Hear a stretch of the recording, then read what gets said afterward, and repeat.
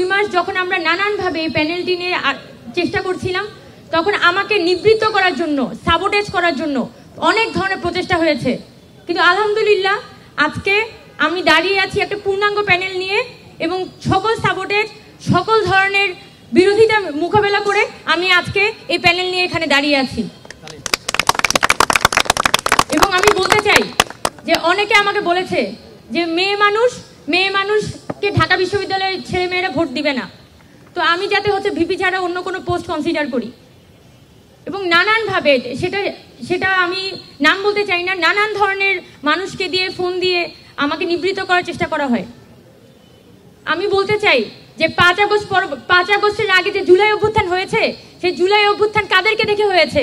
যেদিন 15 জুলাই এখানে সাধারণ যে মেয়েরা, তারা যখন ছাত্রলীগের হাতে মার খাচ্ছিল, তখন তো সেই মেয়েদেরকে দেখে বাংলাদেশের মানুষ নেমে আসে। যখন আমি দেখেছি, যখন জুলাই মাসে ইন্টারনেট শাটডাউনের পরে অনেক সাধারণ মানুষ তারা নামার সাহস করছিল না, শিক্ষার্থীরা নামার সাহস করছিল না, তখন এই মেয়েরা, তখন কিন্তু তাদের অনেক ভিডিও, অনেক ফুটেজ, তাদের অনেক সাহসের যে ছবি, সেই ছবিগুলাই কিন্তু একটা প্রতীক হয়ে দাঁড়ায়। তো সেই মেয়েরাই তো আজকে এই পরিবর্তনটা এনেছে। তাহলে 5 আগস্টের পরে যখনই হচ্ছে নারীদেরকে নেতৃত্ব হওয়ার কথা বলা হয়, ততবারই বলা হয় যে না, নারীরা যোগ্য না। কথাটা ভুল। নারীরা অবশ্যই যোগ্য, কিন্তু এই নারীরা যাতে সামনে আসতে না পারে, তার জন্য প্রতি পদে পদে নানা ধরনের বাধা তৈরি করে রাখা হয়।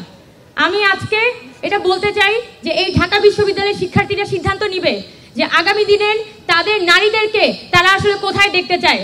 তাদের কি তারা এই আন্দোলনে শুধুমাত্র সামনের সারির কিছু অস্ত্র হিসেবে দেখতে চায়, নাকি পলিসি মেকিং থেকে শুরু করে প্রতিটি পরিসরে এই নারীদের অংশগ্রহণ থাকবে, এভাবে তারা নারীদেরকে এক্সপ্রেস করে দিতে চায়।